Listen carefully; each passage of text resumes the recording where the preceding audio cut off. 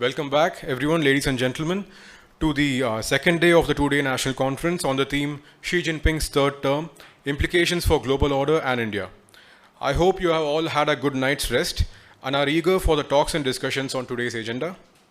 With that, we are now proceeding with the first session for the day, which is themed Cold War 2.0, which will again be followed by a Q&A session moderated by the chair. The chair for this session would be Air Marshal S. Vartaman, PVSM, AVSM, VM, VSM, former Air Officer Commanding-in-Chief, Eastern Air Command.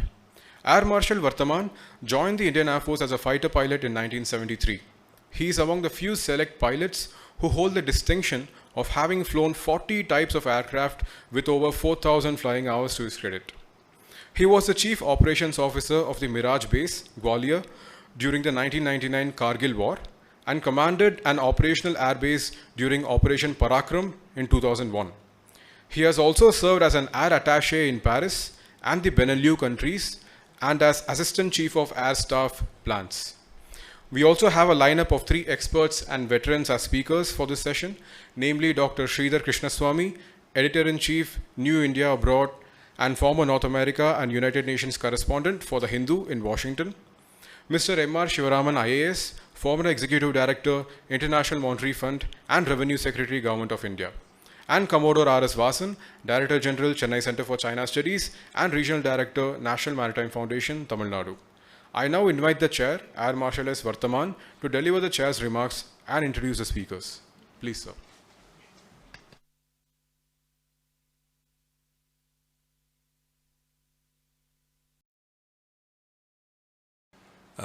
Morning, ladies and gentlemen.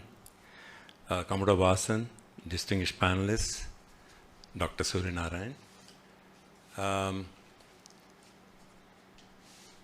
I did not have the fortune to attend yesterday's events physically, but I must say I saw it online and extremely absorbing, interesting, informative discussion yesterday. Some of the things were completely new to me, and I was putting myself more than 11, 12 years back when I commanded the Eastern Air Command, and I had the resources provided to me to fight and defeat China. And I would like to quote what General Narayan spoke yesterday, don't make the Chinese 10 feet tall. So yesterday I saw, and I heard, a lot of exuberance in the manner in which, at least to us, appears that China is going a little downhill. It gives us a lot of confidence. But a powerful China or a China that we evaluate as going downhill, both are some things to be very wary about. And it is necessary for us to evolve the systems, whether it's military or any other, diplomacy or whatever, to guard and defend ourselves against China. Many a time the Air Force was not included in some of the discussions, and I must say that we are fully capable of defeating China in any manner as far as air power is concerned. When we talk of the Indian Ocean region or the island territories that we have here, the air power is a very powerful instrument against any military shipping that comes into our region. The moment it crosses the Straits of Malacca, it's well within the power of the air power, Indian Air Force, to play havoc into them.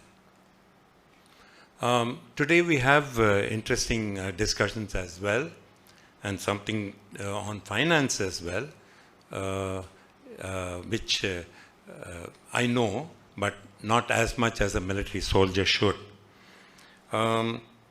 Today, our subject for discussion is Cold War 2.0.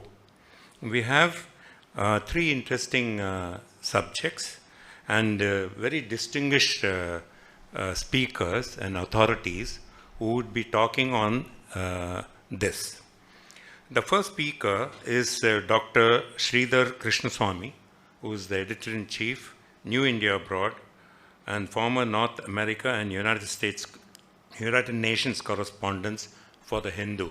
He has a very distinguished career, and he also holds a PhD from Miami University, and is currently with the SRM Sikkim.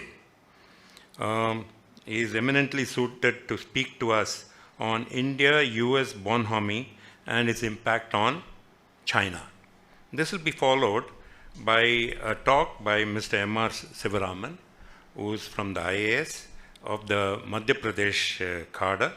He retired as the Revenue Secretary in the Government of India and is also the father of the PAN card. All of us all own a PAN card. And Mr. Sivaraman is the father of the PAN card. He will be speaking to us on China-US trade, new challenges. The last speaker would be Commodore Vasan. He needs no introduction. He is controlling everything with a magic wand, I think. So I will not introduce him, but I must say he's playing his wand very well, and I see the very efficient organization. He will be speaking on the rise and regional groupings, prospects and implications.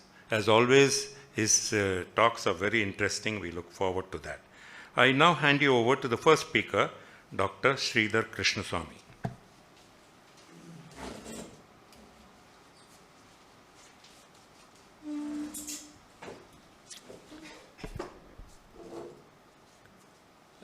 Thank you, sir, for that generous introduction.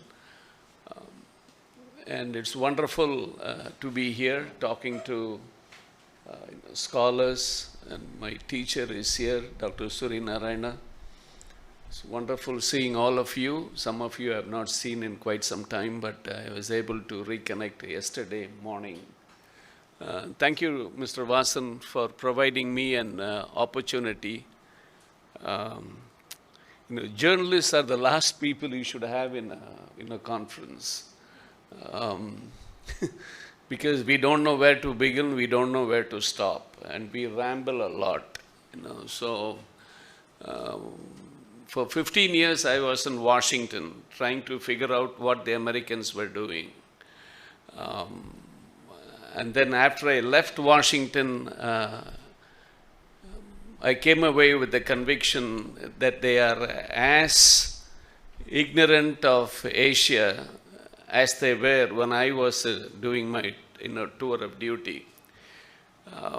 When you look at the title they have given me, India-US bonhomie and impact on China, we should all thank China for making India-US closer. So that's how I would start off. Had it not been for the Chinese, India and the United States will still be talking about accession of Kashmir, human rights, nuclear weapons, how much do you have, how much you don't have. But suddenly, nobody is talking about it. Suddenly, everybody is talking about Indo-Pacific. And the Chinese hate it. They don't like to refer the region as Indo-Pacific because it's got India in it. They love to use the term Asia-Pacific because they see China as Asia-centric or global-centric.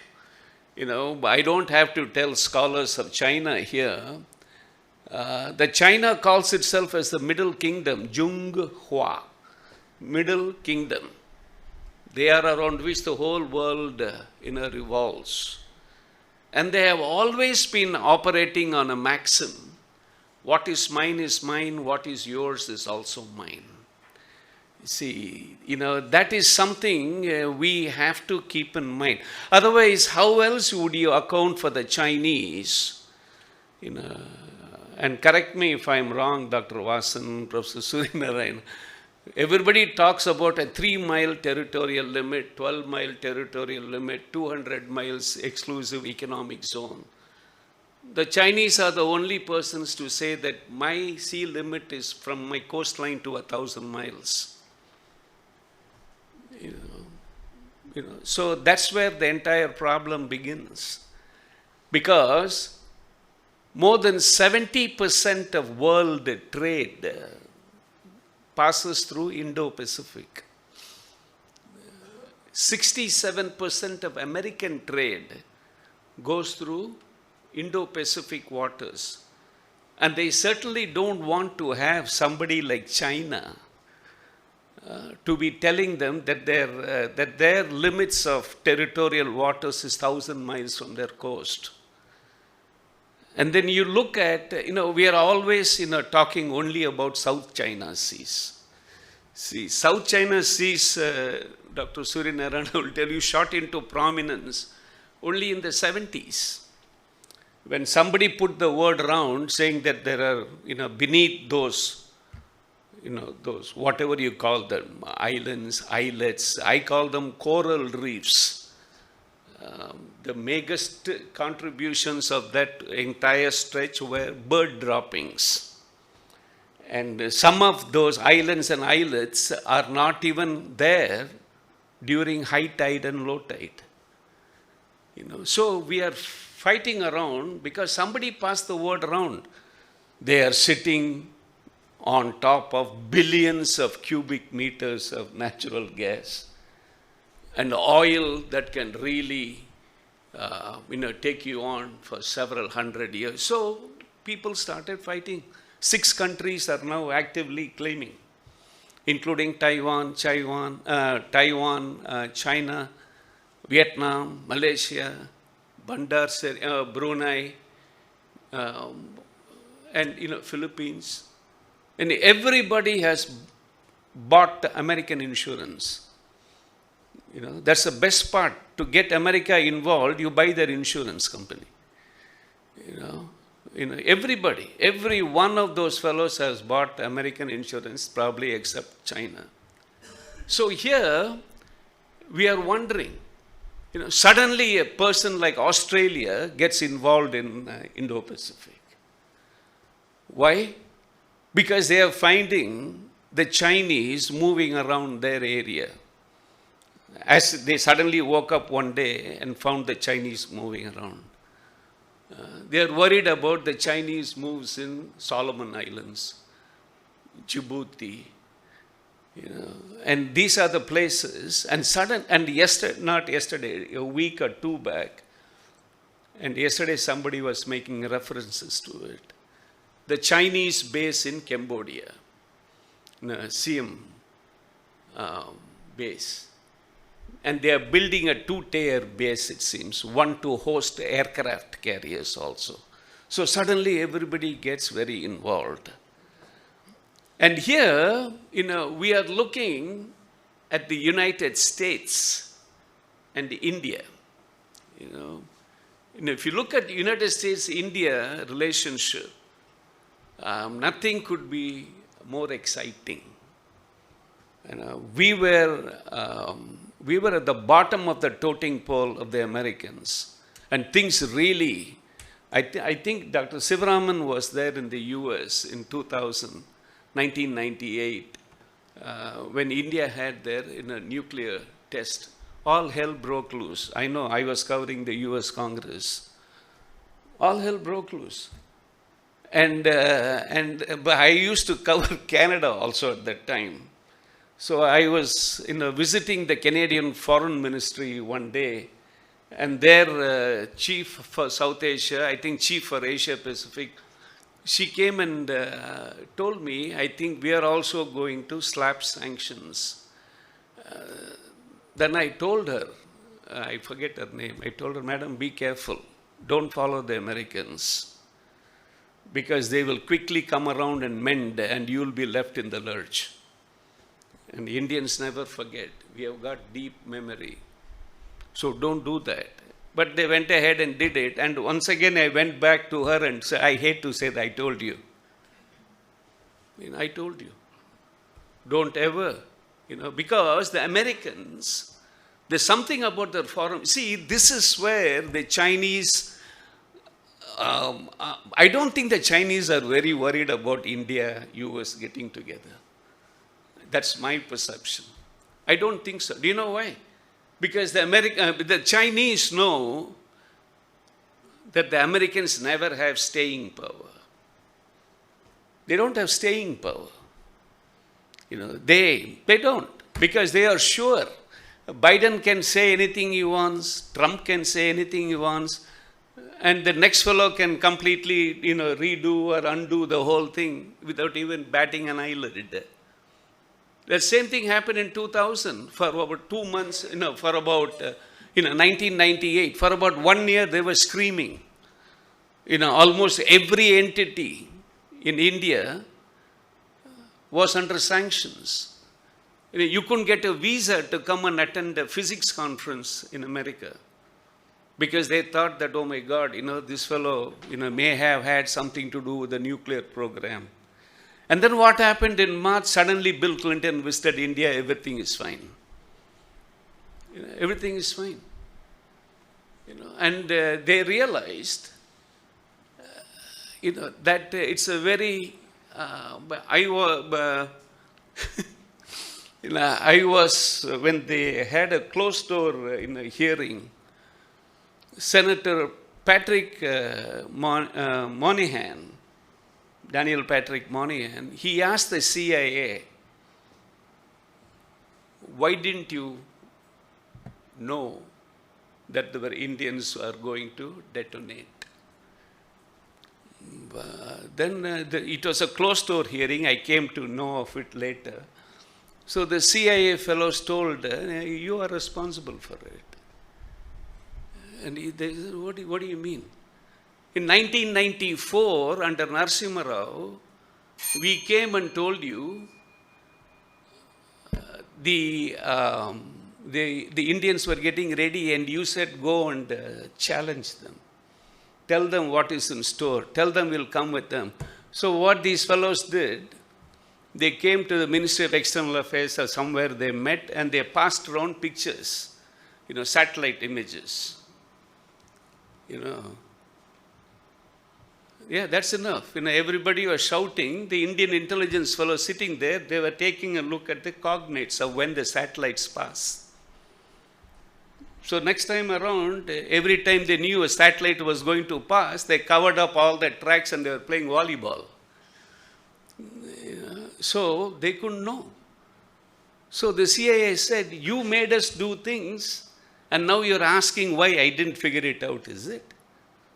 So what I'm trying to tell you is that, the Chinese are doing everything they can to make countries in the Indo-Pacific uncomfortable.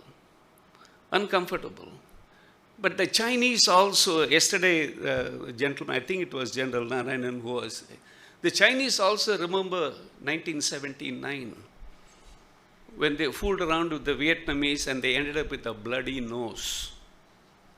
They have not forgotten that.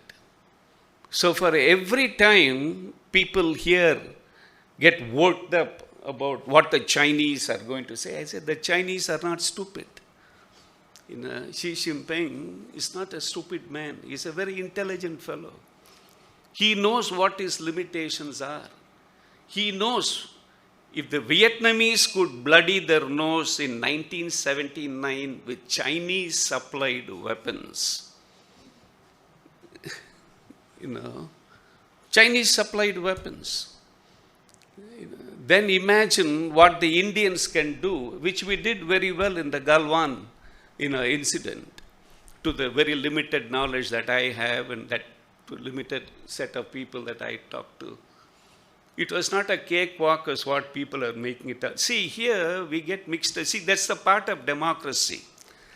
Biden and Mr. Modi are a part of a democratic framework where we have the license to talk And then if you don't respond, then you have made a mistake. If you do respond, how dare you respond like that? So it's, this whole US-India bonhomie, I think it will go along as long as China, wags its tail, keeps wagging its tail in the Indo-Pacific. And don't forget, it's a huge area. More than 31 countries are involved in this. More than 31 countries. And even yesterday, somebody was saying that we get worked up every time a Chinese vessel goes to Hambantota. The Hambantota, the Sri Lankans offered it to us first for development. We slept on it. We didn't. And then somebody else came in and said, oh my God, how can you come in? So that's that's the kind of scenario that we are dealing with. And I think I have stepped 7 moments. Very good. I thought when you rang that bell. That's the first 10 minutes. Okay, good. All right. Now look at it in a different way. What would happen if China and Russia were not in a newfound relationship? See, this Ukraine war has thrown everything out of balance. I only wish President Putin was half as smart as the Chinese counterpart. Because China is getting away with flexing its muscles without shedding any of its image. You see. Now, when I write about the Ukraine war, I always remind the people about my audience or whoever reads it, about what happened in 1962, Cuban Missile Crisis. At that time, John F. Kennedy and all his advisors, they objected to Russians or the then Soviet Union putting missiles in Cuba, or what the Americans called it as their backyard, 100 miles from the coast of Florida. Right. Today, nobody seems to look at that. So Putin is asking the same question. If it is not okay for your backyard, is it okay for my front yard? See, nobody wants to factor in that perspective, that he would not want to see missiles, NATO missiles, stationed in his front yard. So if it is not okay then, how is it okay now? So basically what Putin has been saying for the last 20 years, he has been in power. 2 more minutes? 5 more minutes, okay. What he has been saying for 20 years is that you do whatever you want to do with NATO. So I think from 8 states, now today there are a total of about 30 states in NATO, I think. You do whatever you want, but whatever you do, keep in mind my national security interests. You can't allow a NATO dog to bark in front of my house. That's what precisely he's saying. It's got very little to do with grandeur. Putin knows that he can never get back the lost grandeur of the then Soviet Union. He knows that, because he himself is split into 20 different ways. So he knows, but what little he has got left, he's telling the NATO, hey, take care of my interests. Keep in mind my interests, my strategic, my legitimate security interests. So that is where, we are. And for us to think that, Putin or Mr. Xi Jinping, are somehow going to conspire, get together, and change the world order, it's not going to happen. Because the Chinese president knows that his Russian counterpart has overplayed his hands. He knows that. Or at least I think he would know that. Because under the scheme of things, China is following Ukraine very closely. Many people say that is they are focusing very closely because that is what they want to replicate in Taiwan. I think that is what they don't want to replicate in Taiwan. All these exercises they are doing. And believe me, Taiwan is not going to be a cakewalk for the Chinese. I have said in that paper that hopefully will be published or something like that. If at all there is only one country that can fight in multiple theaters at one time, it is the United States. The multiple theaters at one time. Yesterday somebody was saying Chinese have got aircraft carriers without aircrafts. Doesn't make sense. The Americans know that.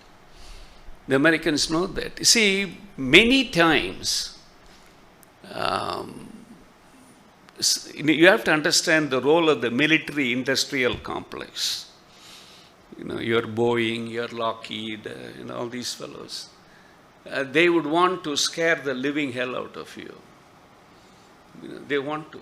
Why? That's what keeps their arms purchases. How else would you account for the Middle East? Small countries. They don't even have places to park American jet fighters. But still they buy every year 20 billion, 30 billion. And they ask for other countries, hey, I'll give you money, can you keep my planes?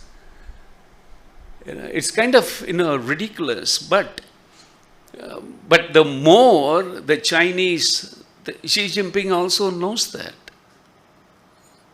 The more they are going to wag their tail in the Indo-Pacific, the more countries like India, Japan, Australia, and the United States, and to that add South Korea now, all these countries will get together. And the Chinese simply do not have the wherewithal. You can create a lot of noise, but you need effective signals to win any confrontation. On that note, I will take leave. I'll be happy to answer any questions. Thank you.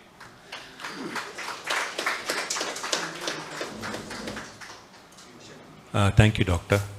Very interesting talk, and something which stood out is also, as long as there is India and China acrimony, we will be good friends with the Americans. And the way it looks, it will carry on for some time, and you don't know when the Americans will dump you and get on with something else. But I have a thought on this, and the thought is, make hay while the sun shines. Get the best technology. Get it. Improve on it, work on it, digest it, and make our industry more self-reliant. As far as the American industry, defense industry, which Doctor talked about, I think their job is to keep the fires burning. And when I was in air headquarters, we used to always say, come on, this guy gives the F-16 to the Pakis, and they want to give it to us also, and they want to set up the factory in India to produce F-16s to support the F-16 operations all over the world. Well, that's the industry. Now I'll hand you over to Mr. Sivaraman, which I think is a continuation of what the doctor spoke about just now on the China-US. Yeah. One quick comment. Just one quick thing. We have to be very careful when it comes to defense collaboration, because I'm not against it at all, don't get me wrong, but anything when it comes to defense has to go through US Congress, where even one senator, can hold it up. So in the event of a showdown with any country, and you are dire need of wiper blades for your F-16s, one senator can hold it up. That's So the only problem. I would just add, so that is one of the reasons why the DTTI, the Defense Technology and Trade Initiative with the US has not found any Just a progress. waste of time. Absolutely. Absolutely. Yeah. Thank you. Thank you. I'm sorry. Oh, it's okay.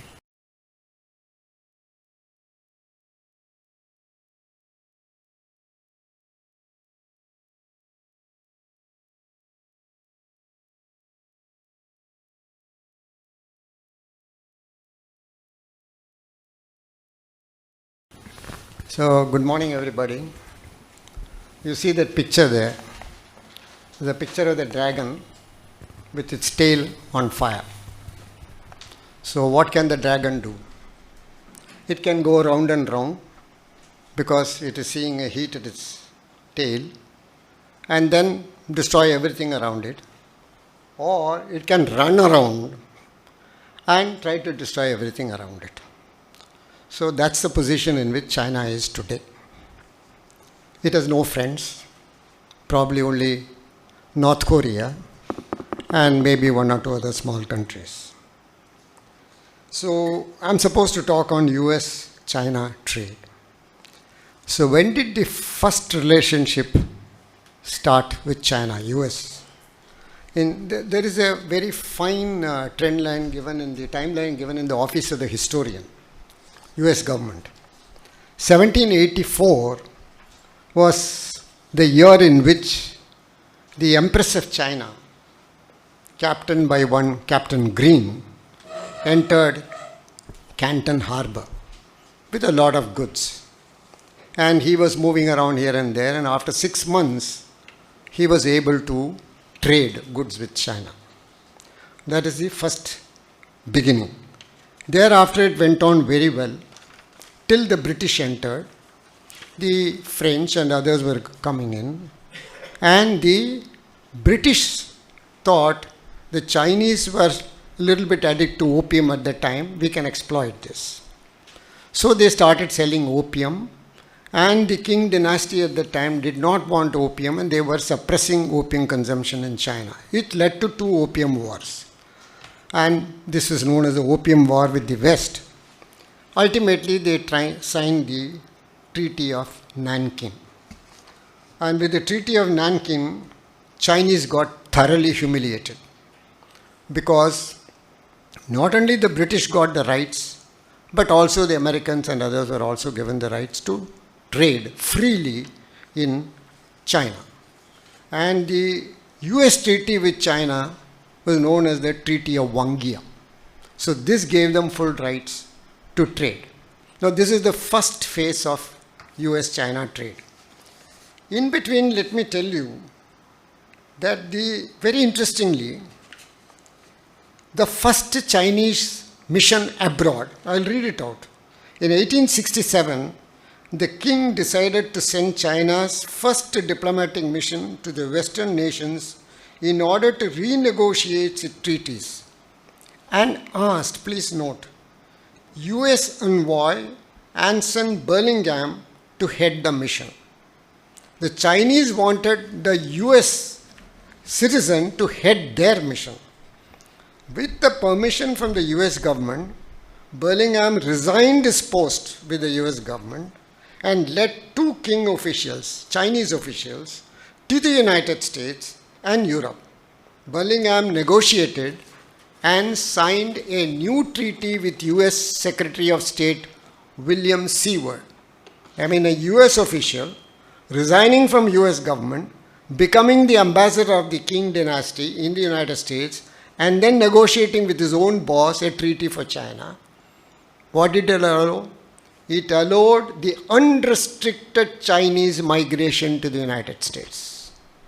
Hundreds of thousands of Chinese then moved into United States, building roads, building the railways, building so many other things.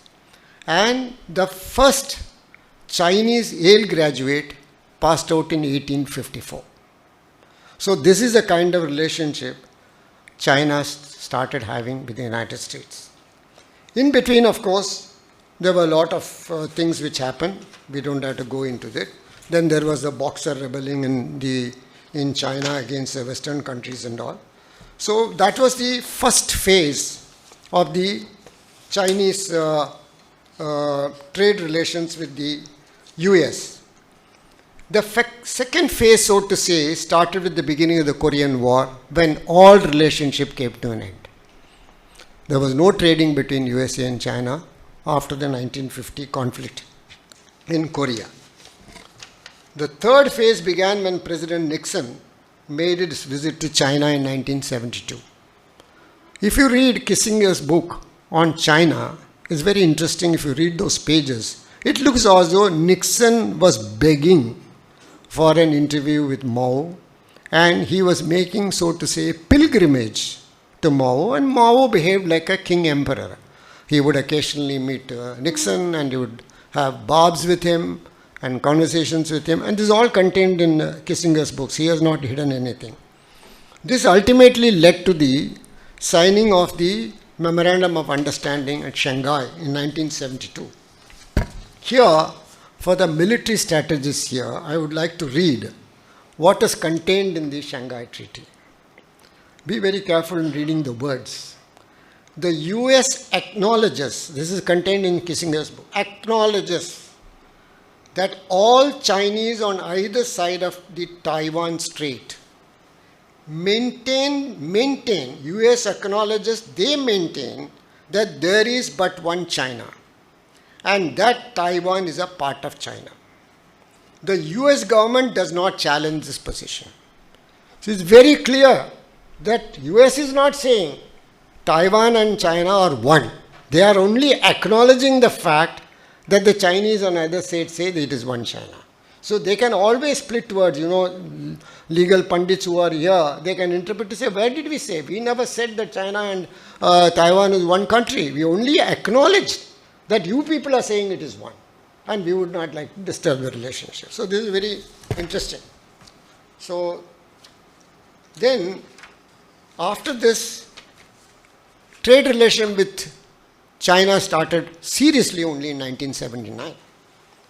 And when once it started, Deng Xiaoping found it opportunistic to use Chinese labor, to use the Chinese position in regard to the availability of land, etc., and started pouring in goods into the Western countries. When once the US started investing in China, taking advantage of the very cheap labor there, and the counties and provinces were falling over one another to provide land and opportunities to the American investors there. You can see it. Now here I would request all of you to read one book known as Dying for an iPhone. If you read that book, you will know how China developed, how the Apple developed. Foxconn, how did it set up? The Foxconn is setting up industries here, thousands of crores they are going to spend here. So, but in China, they had one single unit where 350,000 people used to work. This book gives it very clearly. And then how did China sell? How did China accumulate this much? If Foxconn ran short of labor, China at that time had 50% of the students in technical institutions, equivalent of our ITIs. And these students were sent to the Apple factories or Foxconn factories, and they were paid a pittance of a labor. They were only tightening one screw or wiping the screen of that's all they did. And they were never used to be given freedom, they were never used to be given any kind of food or anything. So this is how Apple made all its profits. Initially, Apple had, the Chinese got only 3% of the total net earnings from Apple phone. But subsequently, when they started making Apple 10, they got about 25%. Now, when once China acceded to the WTO in 2001, they became a member of the WTO. Everyone wanted them to become a member of the WTO, but nobody told China that WTO has got rules and you must abide by the rules, which China never did, and nobody questioned it. So, this is the way in which China's US import from China, which was $100.2 billion in 2000, $100.2 billion, rose to $535.65 billion in 2022. And it kept on rising in spite of Trump's duties. Now it is said that there are over 1 million foreign companies are registered in China. Million foreign companies. I've taken it from the government data and other things. 8,000 of them are from the USA. And most of the German companies, all the automobile manufacturing companies have their base in 10 minutes or over. Okay. They are established in China. Today, Germany is dependent on China from umbrellas to slippers. If they stop exporting umbrellas and slippers, Germany will go without it. You have seen during the pandemic, the USA could not muster a single face mask. Only face mask they had was in the surgeries. So they had to depend upon China. So today, China is exporting to every country in the world. China has invested in 150 countries of the world $1 trillion.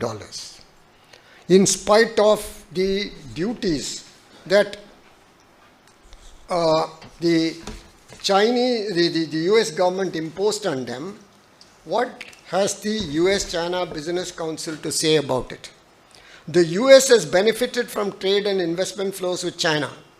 The combination of bilateral trade, investment, and supply chain integration has supported economic growth, consumer choice, job creation. In 2019, exports to China supported 1.2 million jobs. Now, this is what the US-China Business Council says. But then, there is another think tank which has got something different to say. It says that their report states that ever-growing trade deficit with China has cost the country 3.7 million jobs. So, contradictory opinion among different think tanks, different councils in the United States. And they also say that the United States had a 134.6 billion trade deficit in advanced technology products, which means USA has been importing advanced technology products from China. And the USA had a mere 6.5 billion trade surplus and advanced technology projects with other countries. So the USA has also become totally dependent on China. Now this you can see that during the last 3 months, you have seen the pilgrimage being made, starting with Blinken, then Janet Yellen, then Macron, then the president of the EU, all of them went to China. Did anyone go from China to these countries? Xi or anybody? Why did they go to China? Because there is now a fear that they have become so dependent on China for everything, everyday consumption goods in Western countries. If China puts a screw on it, they will starve in many areas.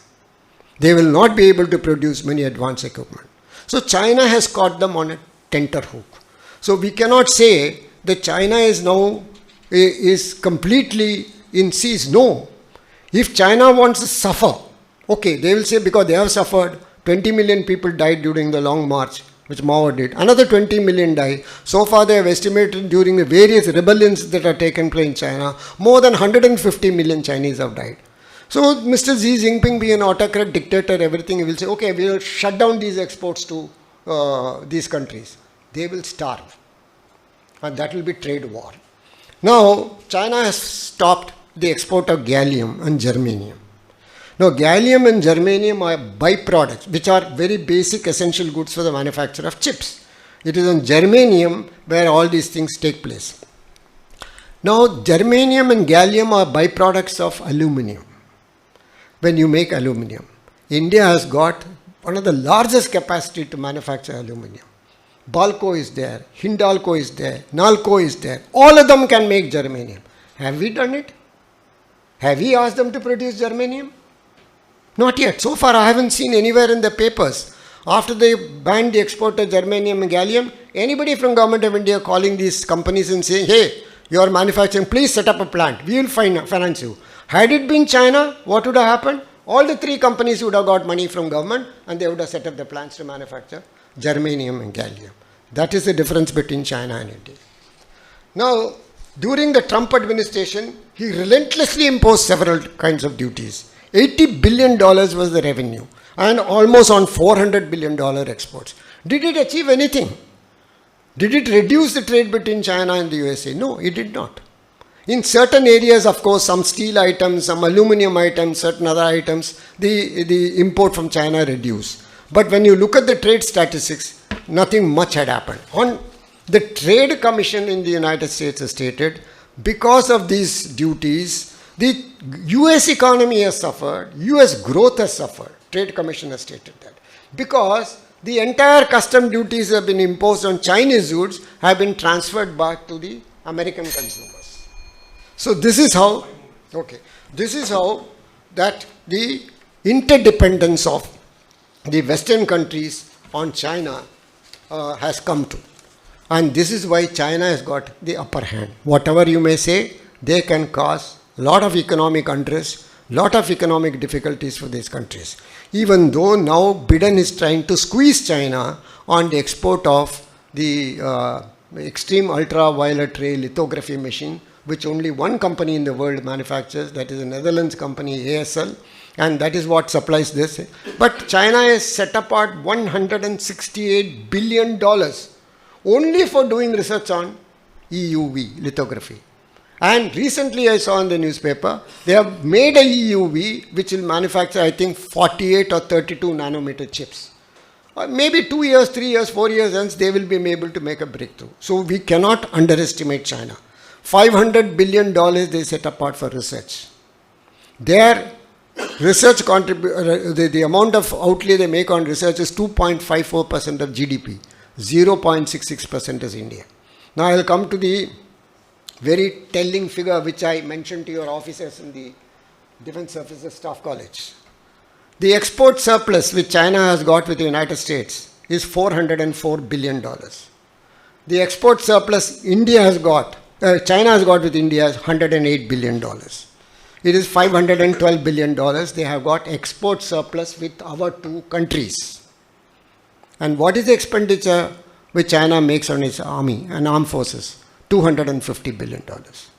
So we can straight away say that whatever they gain by trade with India and USA, half of it only they are spending on their armed forces modernization. Maybe, I'm not saying that the entire thing will go or entire thing is a surplus, but there is cost also. But we can clearly state that the trade surplus that they have with India and USA is financing their modernization. So when I said this, many of those people who are attending there about to become brigadiers and staff and all, I said, sir, this is startling. Why? Everyone knows it.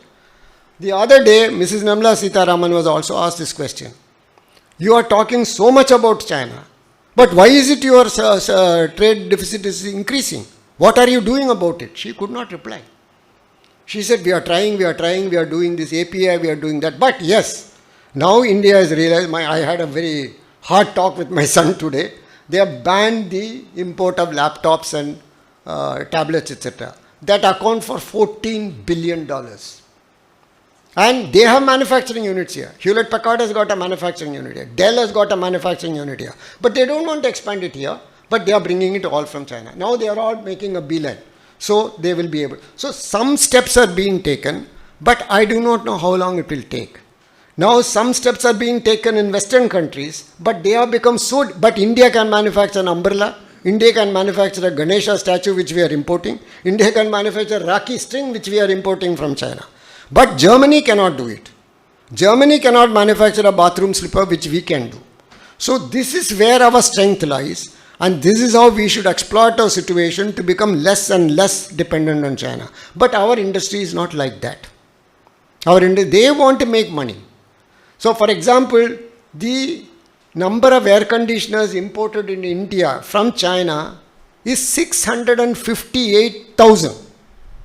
Second only to the United States.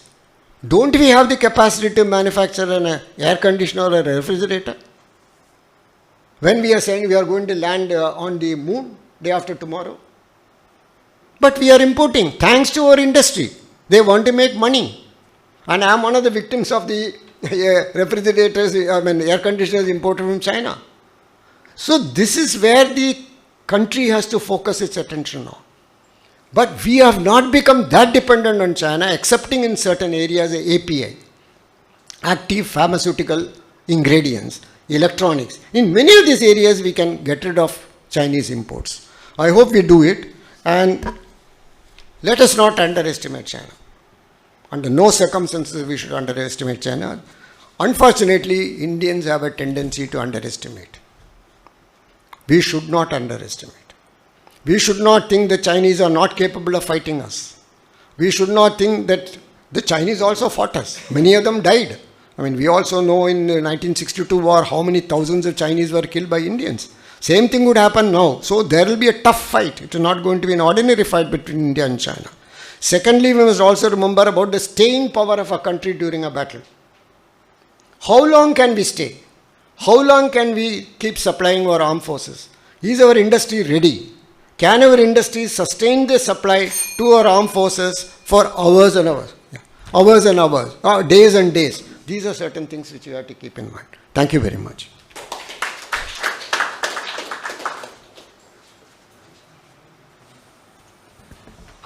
Thank you, Mr. Sivaraman. In a nutshell, I think we cannot live without the trade with China, and the United States will not survive without the Chinese trade. Thank you. Very informative talk, sir. I now hand you over to Commodore Vasan for the subject, the rise in regional groupings, prospects and implications.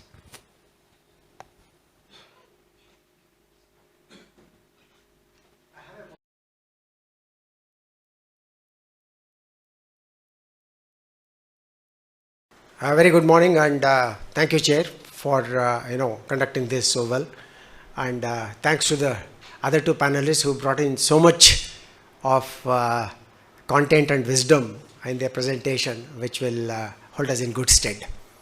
So what I am trying to do is try and look at the kind of groupings that there are in the Indo-Pacific and the Indian Ocean region. I know what are the compulsions, how did they come about, what are their limitations, and how can we optimize on being in one group or another. So this would be the thrust of my presentation. So what you see is the new definition of Indo-Pacific, which is virtually from the eastern coast of Africa right up to Australia and beyond. So yesterday, I'm sure a lot of you would have monitored what was happening in America, US, Japan and Korea. They got together and they were trying to look at some of the equations, and they said we will be consulting each other on every issue. So this was a statement that was given out yesterday. It's widely available on the internet, and this morning I also saw it in the newspaper. So I came and gave this quote to Shruti. I said, please load this because this is as current as today. This is what they've said, and this was the Chinese reaction. You should not worry about whether a group is efficient or not. All you have to do is to look at what Chinese say about it. Remember what they said about the Indo-Pacific forums and what they said about the Quad. They said Quad, it's something like the froth on the ocean and it will burst. That's what they said when we formed this in 2017. But later on, every day there's a discussion in China and their Chinese think tanks on the efficacy of Quad and how it would impact the global order and how it is China specific, etc. So please look at this and read this carefully. This is Chinese response yesterday. Attempts to form various exclusive groups and cliques and to bring bloc confrontation into the Asia-Pacific region. Remember again, Professor Krishnaswamy brought out, they don't like to say it as Indo-Pacific. It's again Asia-Pacific, because Indo-Pacific has India. The word India is anathema to the Chinese scholars and politicians. And are unpopular, and unpopular to whom? There are some questions here. Yesterday when I made my brief remarks, I did say you should start looking at what is said between the lines. That will all, enable you to read the Chinese mind. Unpopular and will definitely spark vigilance and opposition in the countries of the region. Which country is opposed to this? It's China which is opposed to this, obviously. It may be North Korea to a certain extent. And if you come into the Indian Ocean region, it will be Pakistan, their all-weather ally. So I thought this was very useful to put this here before I start my presentation, to tell you how these groupings have evolved, what are the drivers and compulsions, and how it has enabled India and the participating countries to apply pressure on China. Okay, this is what how I propose to cover my talk. So I'll look at the backdrop. Some of this has already been covered in yesterday's lecture as well as today, which are related to geopolitical, geostrategic, geoeconomic developments. Description of the important groups in the last decade. There are so many. I'm not going to concentrate on all of them. I will try and only look at some of the ones which are of greater relevance from the Indian point of view. Then we look at the drivers for such bilateral, multilateral groupings. Everyone has told you, even I think Professor Krishnaswamy said, it is China, which is the unifying factor, as far as the so-called ganging up of democracies are concerned, which is a fact. It is perhaps, I think China thought it will drive the narrative. It has not happened. It's only brought together people, whether it's Japan, South Korea, even ASEAN countries for that matter. Everybody is trying to step up in terms of shaping their responses vis-a-vis China. Assessment of impact on political, economic, strategic, military dimensions and the global order. And of course, analysis of important groupings in the Indo-Pacific and I'll look at these two separately. SWOT analysis and conclusions and way ahead. So this is roughly how I plan to do it. In fact, my entire presentation can be summed up in perhaps about 2 minutes. To say that, these groupings have always been there. Newer groups will emerge based on the perceived or realistic threats, and they will change the global order one way or the other. So that changed global would benefit you temporarily, as was brought out today very clearly, that you have a window of opportunity now in terms of making hay while sun shines. That was the term used. So I think that is where we are. So to understand what each grouping is aimed at, what is it that they would, how they would benefit India. Let's again keep the India focus here and see how it would benefit us. Right. So this is the Indian Ocean region. When you look at geography, Kamada Venu is here, and there are others who would have looked at these kind of presentations on the Indian Ocean region, where invariably, the first time I saw this was on INS Vikrant, then Captain Mickey Roy, who retired as Admiral and also was the father of the ATV project. He, on the quarterdeck, we had carried it press. Those days there's no internet and all that. And there were these charts which were put up there. So on the quarterdeck, which is the rear portion of the carrier, the press was assembled and we are on a passage from here to Bandar Abbas. So I had put the Indian Ocean chart oriented the other way, which showed you the expanse of the ocean. That was, instead of the north orientation, it was a south orientation. So his very bright staff officer, who came there to see all the arrangements out there, he said, "What is this nonsense? Why is this ulta?" And he corrected it. So the captain who came in much later said, "Who's corrected this? I wanted to be put in that fashion with a south orientation," which is when India, a maritime country with the richest traditions, will realize the importance of the oceans. So, this is where you can look at geography and tells you that Indian Ocean is central to the happenings. That also came out in the presentations yesterday about what Sardar Panikkar had said and what Admiral Mahana said in terms of the centrality of Indian Ocean region, which is even more relevant today. So these are the groupings. I'll quickly run through them. The Indian Ocean Naval Symposium. This was a naval initiative started in 2008, and coincidentally I was there when it was started. Admiral Mehta was the chief of naval staff. It was a purely naval initiative to try and bring all the chiefs of different navies together. It is going well, very well. It allows you a forum which looks at both the traditional and non-traditional threats and examine joint counters, joint responses. SARC, which is as defunct as it was. BIMSTEC, which Professor Sunan mentioned about. There's also a Bay of Bengal grouping, an intergovernmental organization which looks at fisheries issues specifically in the Bay of Bengal. That's available. Dosti, which is a trilateral agreement with Sri Lanka, with Maldives and the Indian Coast Guard. It is steered by the Coast Guard and they carry out various exercises, interactive sessions to contain non-traditional threats, fisheries protection, exclusive economic zone patrols, and that kind of a thing. Milan, which has been a very successful format. In fact, the last edition was conducted off Visakhapatnam. Most of it was always in Port Blair.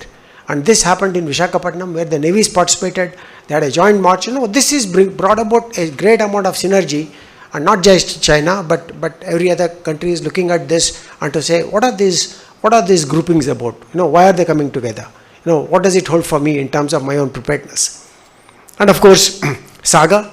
See, what I mentioned about Saga, Neighborhood First are not actually groupings, but they are conceptual frameworks which enables India to take a lead in some of these, security and growth for all in the region. Obviously means that you are looking at the neighborhood, and you are trying to see how to promote these interests together.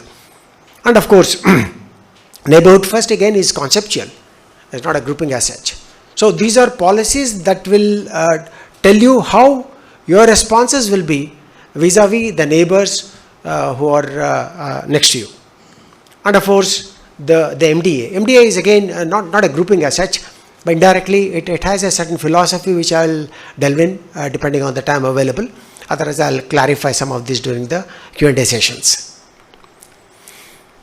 And then when you look at the Indo-Pacific and the Indonesian region, these are some of the other groupings which are there. ASEAN, this again, I'm happy that Professor Suryanarayan is here.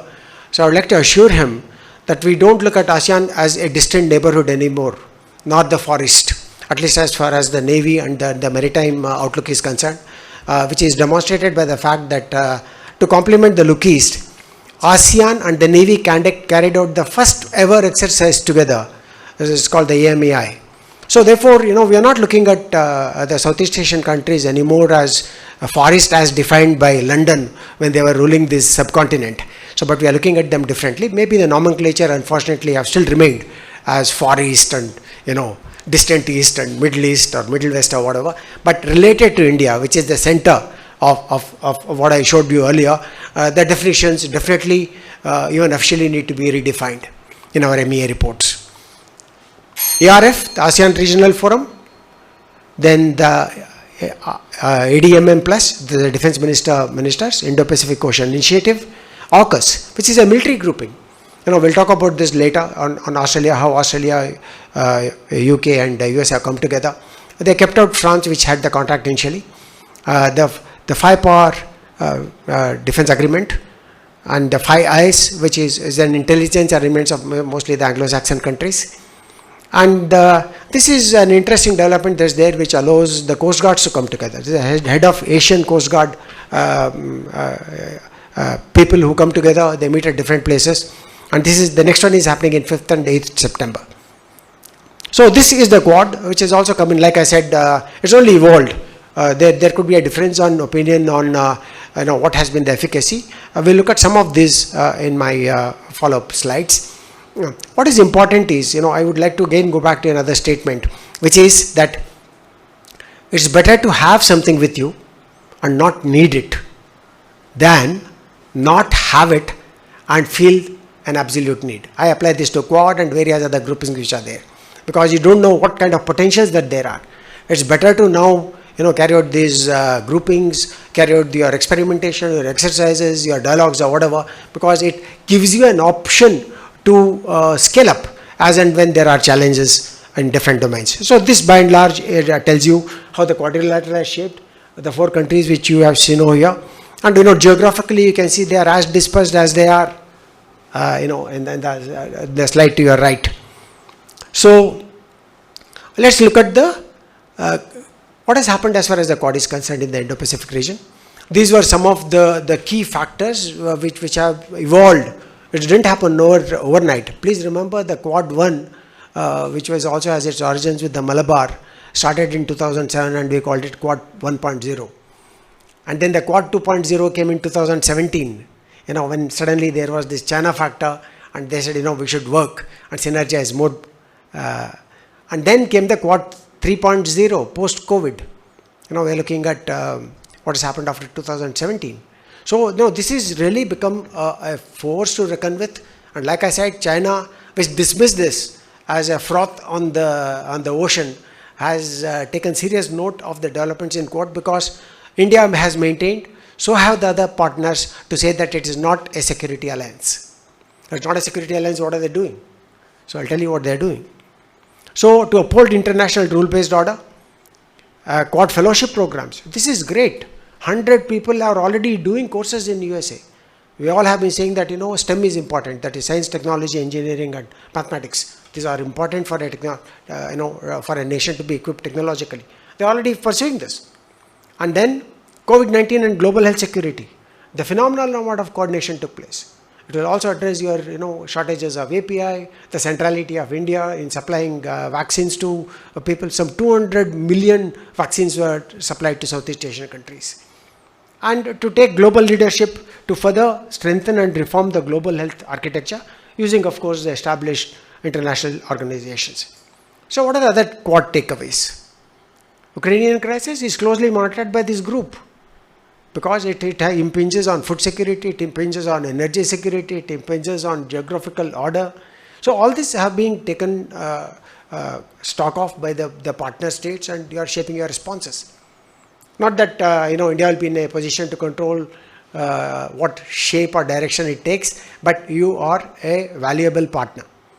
Maritime domain awareness, I will talk about this a little later, but after the Mumbai terror attack, I think Indian Navy scaled up its efforts, and we have a full-fledged maritime domain awareness center. You can call it the Information Fusion Center, where we have foreigners who are sitting there. The Americans are sitting there, the French are sitting there, and the UK, Australia, everybody is sitting there, where you get a total transparency of the surface picture by making use of various assets, which I'll show if there is time permitting. I have a slide for that.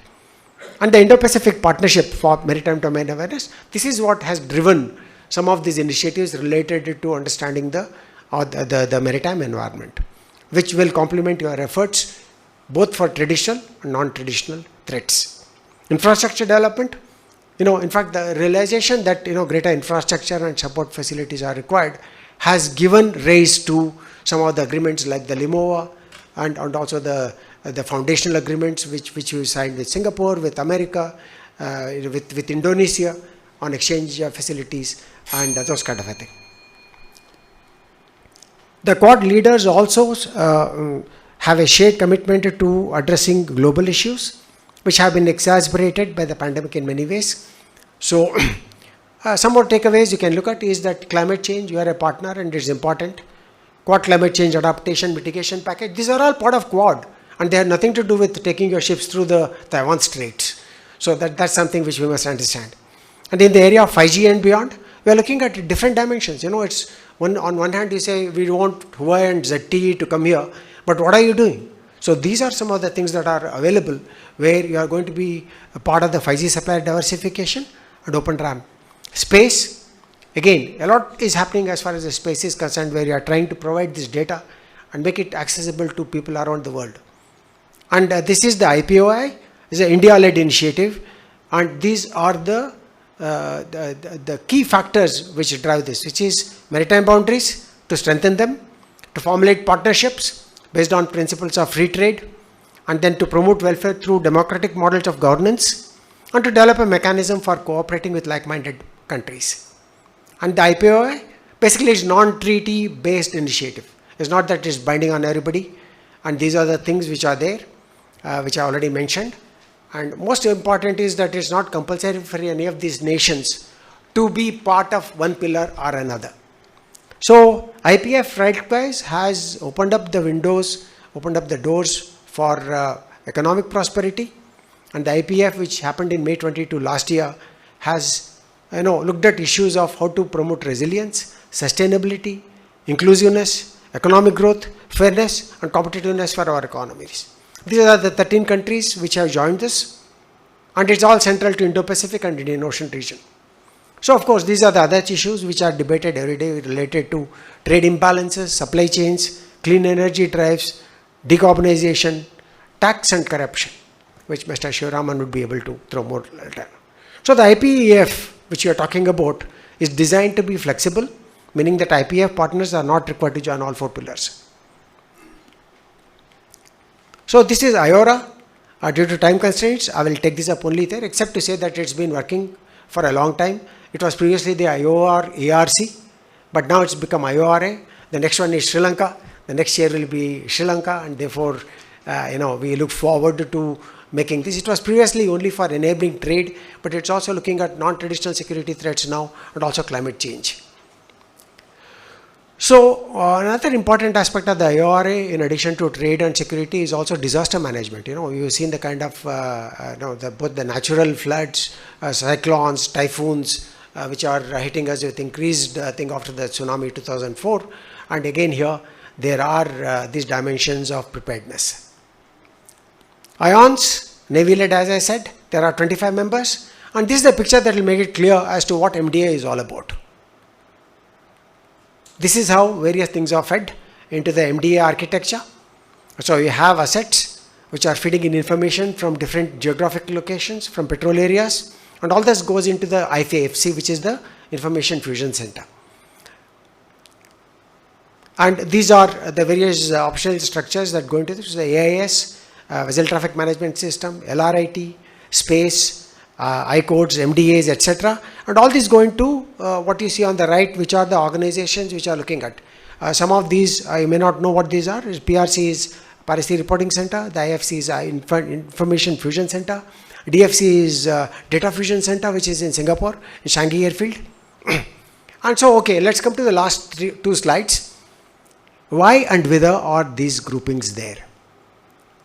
So the raison d'etre, if you want to call it, is that they are created to present common front to meet perceived or real threats or challenges. Pooling and sharing of resources to overcome geographic disadvantages. The limo is a classic example.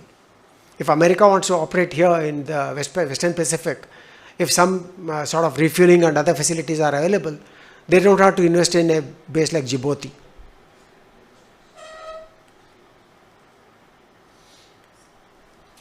Platform for dialogue of the like-minded, and to deal with emerging regional and global challenges, which includes climate change, HADR, MDA, you name it, it's there.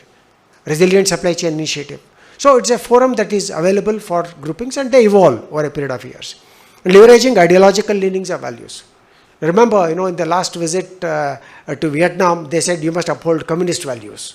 So you're trying to play that card in Vietnam, saying that you're also a communist country, let's play ball together. So that's how, it provides counter disruptive ideas. I have one more slide with your permission. Is okay? Big power rivalry for space, power and influence.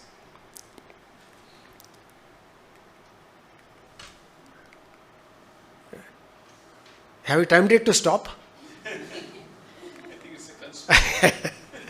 All right. So this is again some more to why, whether, wherefore, and what is the impact. Impact on global order, stability and security is very obvious. You have seen it. Redrawing contours of competition matrices. This happens. There is competition. Conflict is integral to human nature and to nations. Raising, containing thresholds of conflict. It helps both way. One, it can either notch it up or bring it down, depending on the situation which is there. Trade wars and tech wars, we have seen plenty of it, so I will not talk about it except maybe during the Q&A. Testing new grades of deterrent, based on, the drones change the complete complex in Ukraine. Suddenly everybody is looking at drone swarms, looking at, how to counter them. Okay, you are all right, you can launch 1,000 of them, but if 1,000 of them come to you, what do you do? No, so these are some other questions, sorry.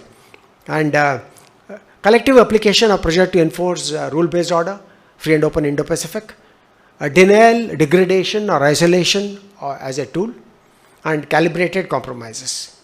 And India's pursuit of strategic autonomy, which you can take up later, is not affected, thankfully, because this government is very firm, saying that I can be in Quad, I can be in any other grouping, but as far as my strategic autonomy is concerned, I will not play around with that.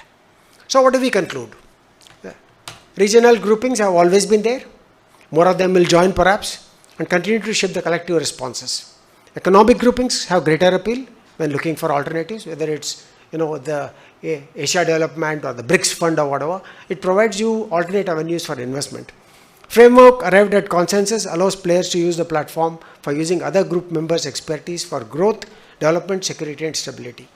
Duplication is inevitable. You saw IORA, IONS, maybe there's a number of duplication. That's inevitable, but we don't have to be too alarmed by the duplication that exists there. And issues such as global warming, clean energy, blue economy, Sustainable Development Goals. This will obviously have a great number of people joining in because these are common pursuits of mankind. And India appears to be in an advantageous position to derive benefits by its association with multiple grouping at the regional, at the bilateral level. Thank you.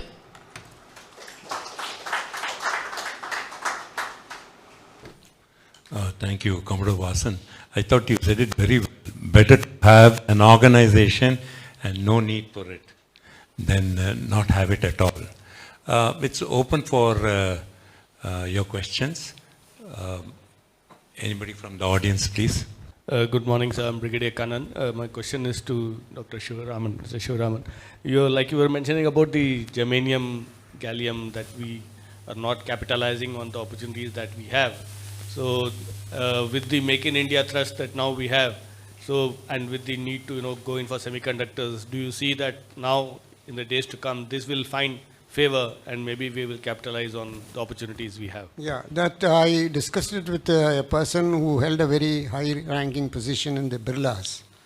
So he told me that they have a plant to manufacture germanium, but he didn't tell me whether the plant was working at all, because it was easier to import from China.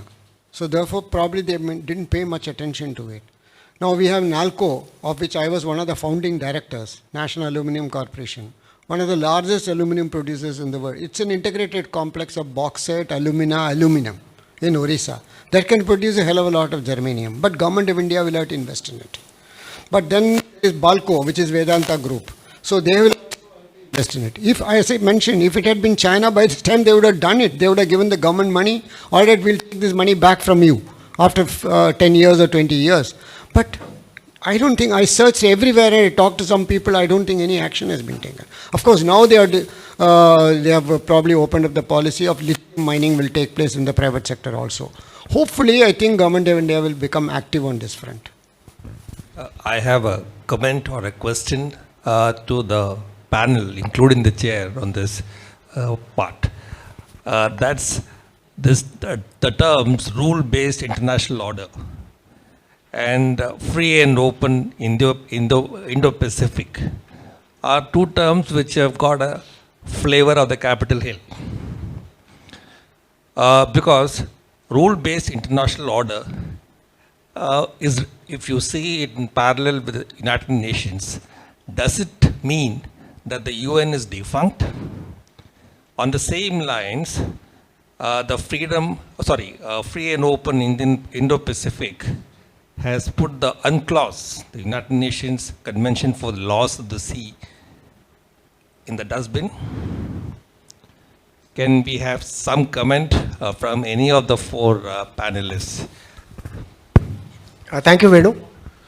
This is a point that comes up ever so often in our discussions. What is this so-called rule-based order?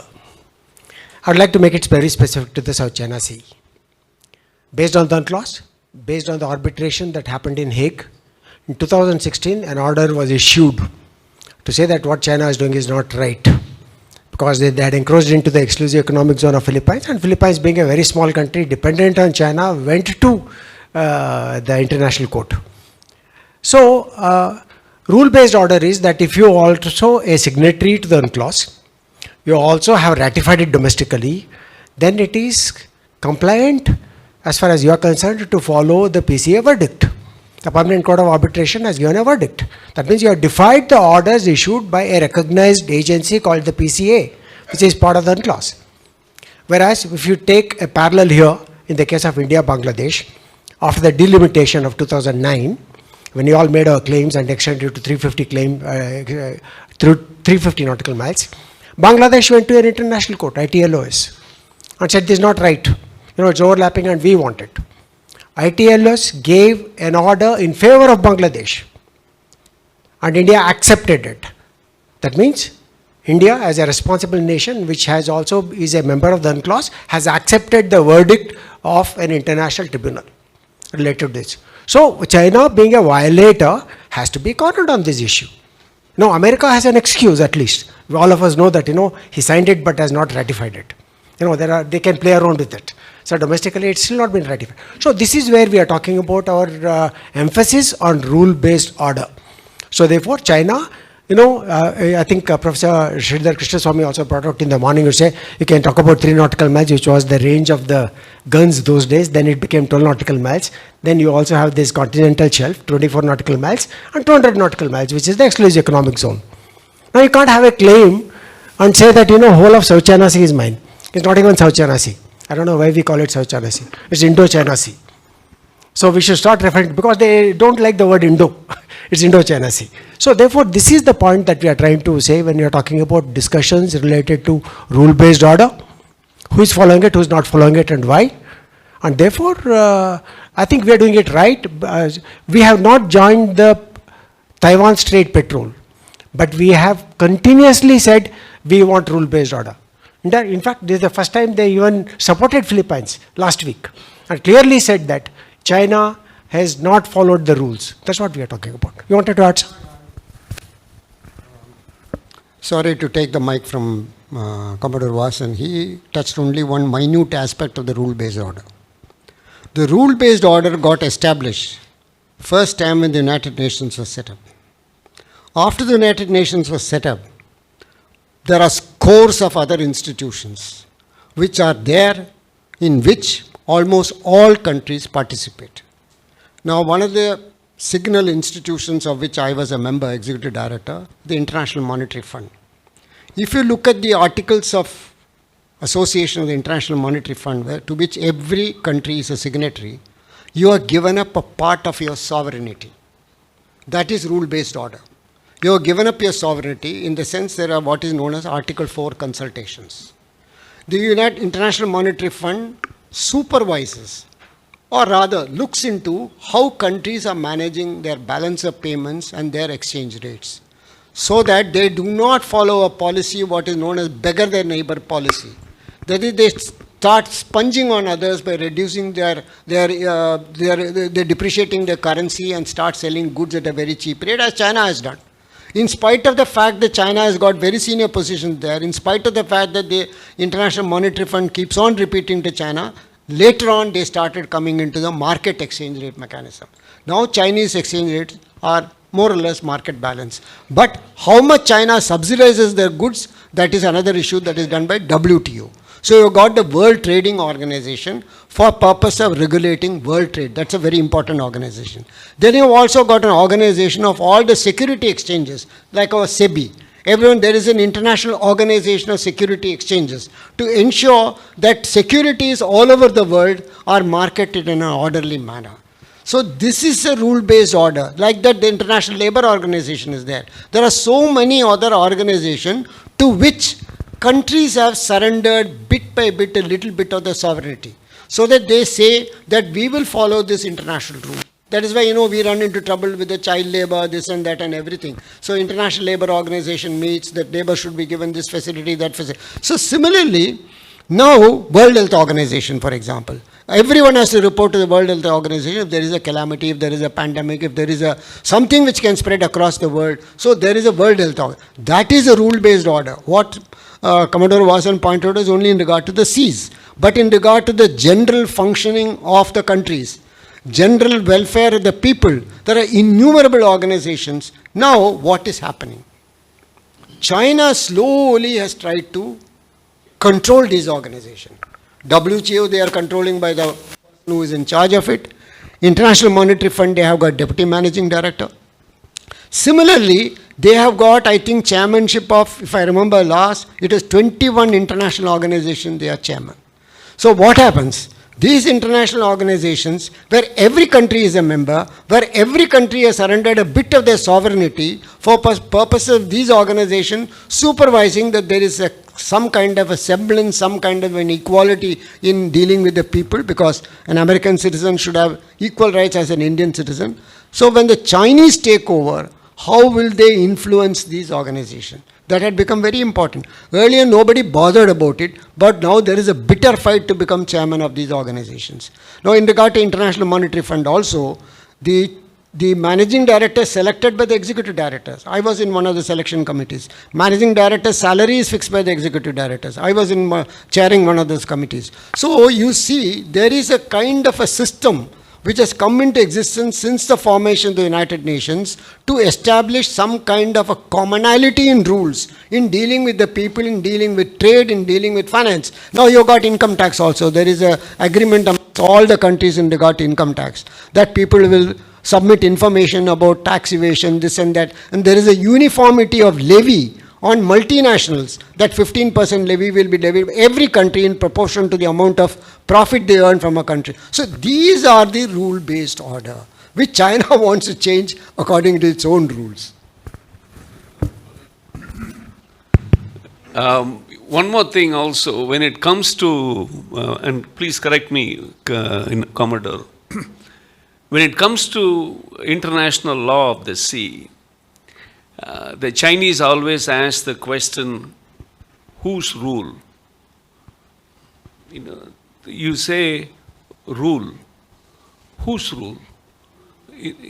Who framed these rules? This year 3 mile, 12 mile, 188, who framed all these things? So essentially, when it suits them, they ask this, who? When it doesn't suit them, they just don't even, bother.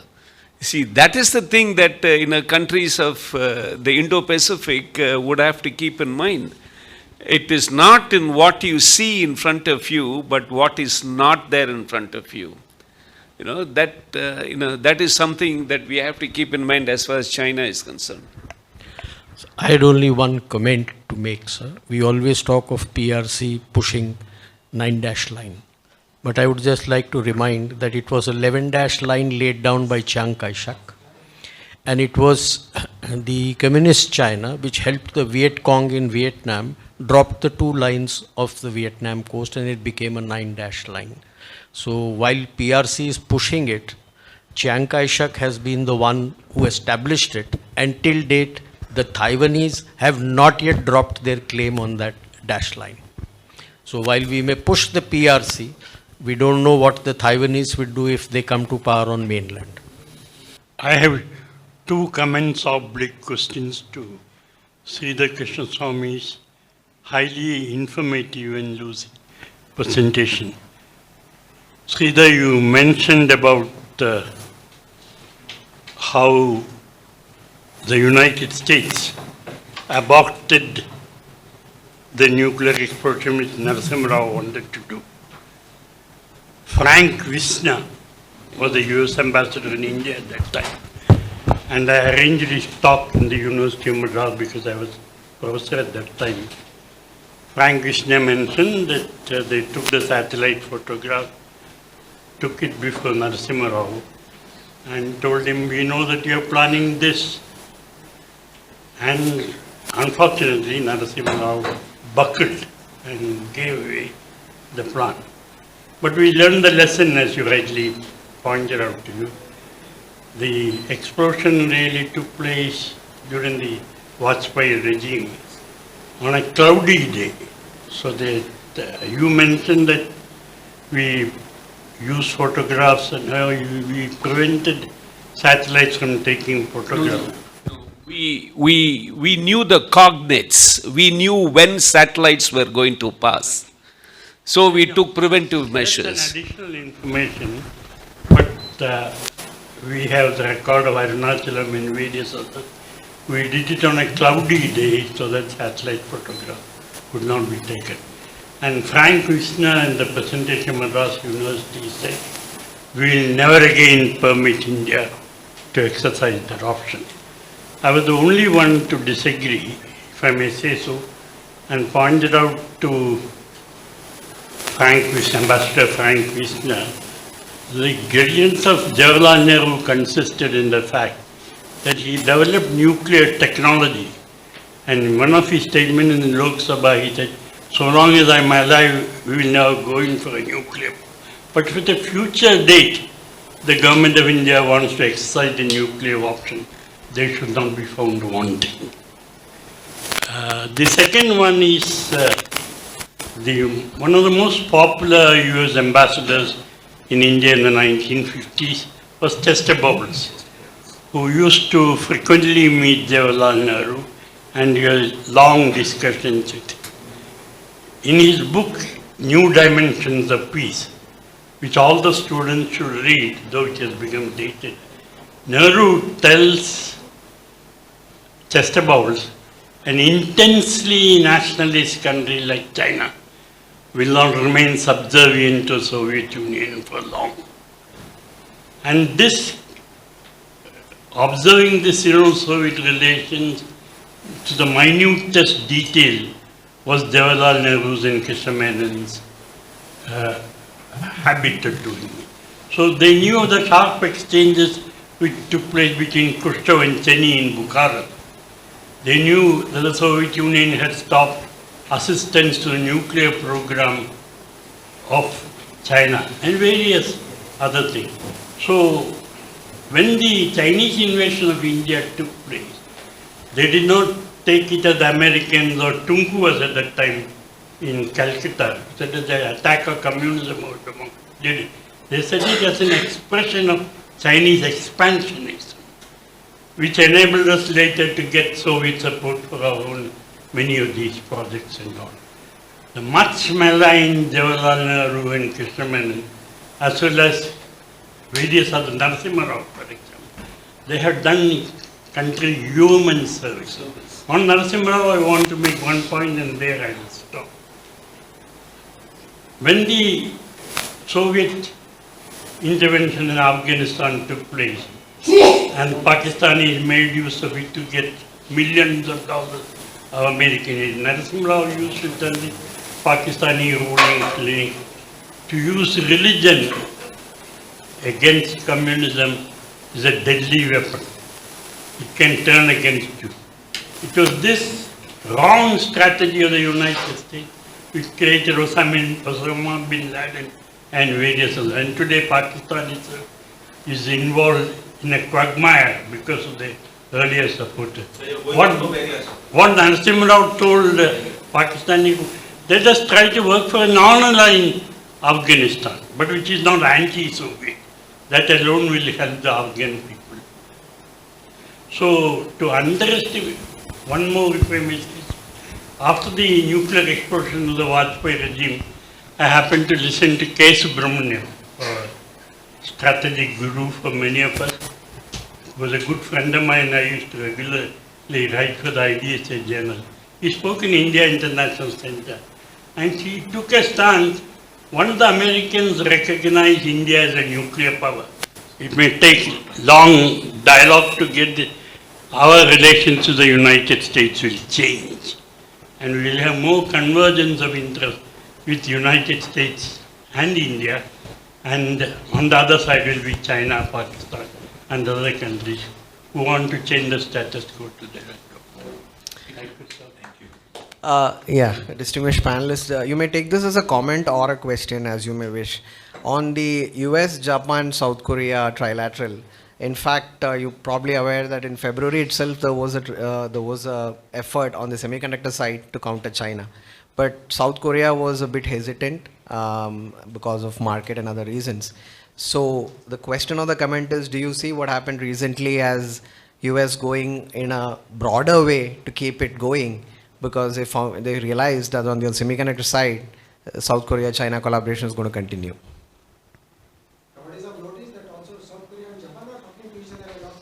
Yeah, it's very difficult to get both those countries against China, to be honest. Good morning. I'm Professor Chengappa, Institute of Contemporary Studies, Bangalore. I just wanted to add about international law and China. China is basically stuck in a 18th century geopolitical mindset thanks to the unequal treaties it had with the West. And that is why China, till date, the deep psyche of China, does not respect international law. And they feel it's a very American-dominated world order, like everybody has brought out here. And so why should America be the numero uno in international politics? And China is now trying to establish itself. And these are small steps it's taking to defy the international order. That's the short point. Thank you. My personal experience dealing with Chinese vice minister who was a member like me in the IMF. Because IMF have got very strict regulations concerning foreign exchange, balance of payments. You have to open up your entire fiscal policy issues, your banking sector, everything for the scrutiny, as you know as a professor. So we used to meet almost every day. In the International Monetary Fund, the executive board almost met every day, 5 days in a week, particularly during the crisis, of course, in Saturdays and Sundays also. I have observed the Chinese. See, of course, the Chinese felt very happy because I used to fight on a principle that the nominal rate of GDP should not be used for determining the voting strength of countries like India and China. So ultimately, the IMF gave way, and now we have got the per capita, purchasing power parity, GDP, as the unit for purposes of calculating this. Which way? China got 8%. Today, China has got 8% of the voting strength, and India has got about 3.7% of the voting strength. So China always cooperated in those international fora. Wherever they found that it was advantageous to them, they cooperated. In spite of the fact that the scrutiny of the International Monetary Fund of Chinese accounts was far, far from satisfactory. In fact, one of the officers of the Chinese government was on deputation to the International Monetary Fund. He was sent on a mission. He disappeared. The entire International Monetary Fund was aghast. We had 2-3 board meetings. He disappeared. The Chinese government wouldn't even tell you where he went. He was an official of the International Monetary Fund. So these are the things that the Chinese do in the international. Question to Dr. Sridhar Krishnaswamy. I'm a little confused as to how the US sees India in relation to China. Are we an ally? Are we a balancing force? How exactly, does the US play one against the other? It's not you a can question. tell us, how do they look at China? How do they? You mentioned all that, but where does India stand in this equation? It has to go on a day-to-day basis, okay? Because there is a strong, perception, and which is well placed, that the United States does not have a long-term strategy for the Asia Pacific. It does not. It keeps waltzing. I think Trump was momentarily correct when he called out Pakistan for taking the US for a ride. In 2018, January 1st, in one of his first tweets for the year, he accused Pakistan of cheating American taxpayers by taking away $35 billion in so-called anti-terrorism money. But now Pakistan is no longer on the what you call radar, because as many speakers here pointed out, China's only ally, only 2 allies in the Indo-Pacific are North Korea and Pakistan. Nobody. Solomon Islands, Djibouti, these people don't even count because of their inherent strengths and weaknesses.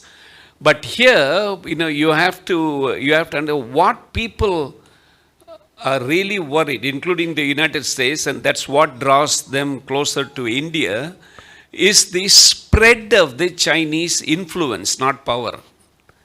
Not power. They can't. What they are doing in Cambodia, and I won't lose sleep over it. Let them have access to Siem Naval Base. Because the Americans are already talking to the Vietnamese to having their Camaran Bay. They have been talking to the Vietnamese for a very long time. They are already talking to the Philippines about reviving something equivalent of the Subic Bay and Clark Air Force. Clark Air Bases. So their relationship with India, it's more of trying to checkmate Beijing, just to make sure. Because Americans actually, they by themselves have got enough wherewithal to fight on multi-theaters at the same time. Thank you, everyone. I thank the Air Marshal for having expertly moderated this session. I also thank the members in the audience and the distinguished speakers for that interactive Q&A session. Before we conclude, I would like to request Mr. P.M. Heblikar, Managing Trustee, Institute of Contemporary Studies, Bangalore, to felicitate the chair for the session, Air Marshal S. Vartaman.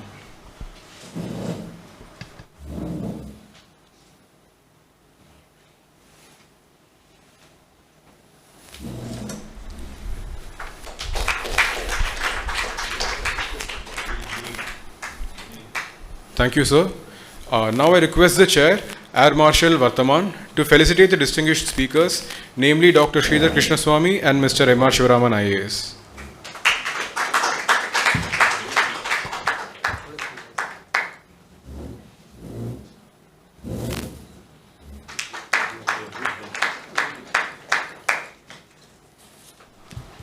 I would like to thank the chair of the session. Sorry.